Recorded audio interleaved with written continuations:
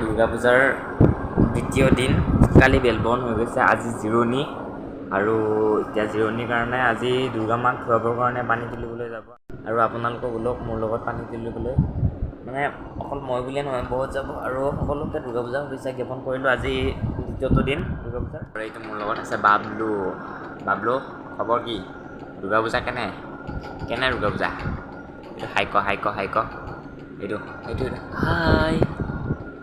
আৰু আমাৰ বাবলুকো দুৰ্গা পূজাৰ শুভেচ্ছা জ্ঞাপন কৰিলোঁ। এই চাই আছে মানে এইটো হাই। আৰু মোৰ লগত শ্ৰীমন্ত বুলি কোৱা ল'ৰা এজনো যাব, আৰু সিয়াৰ লগত একেলগে যাওঁ। ব'লক তেতিয়াহ'লে আমি ভিডিঅ'টো আৰম্ভ কৰোঁ। মই এতিয়া ডাইৰেক্ট শ্ৰীমন্তহঁতৰ ঘৰত সোমালোঁ, আৰু শ্ৰীমন্তহঁতৰ চাহ তাহ খাব দিলে। আৰু এতিয়া গৈ আছোঁ পূজাস্থলীত পানী তুলিবলৈ। তাতে লগ পাম ব'লক।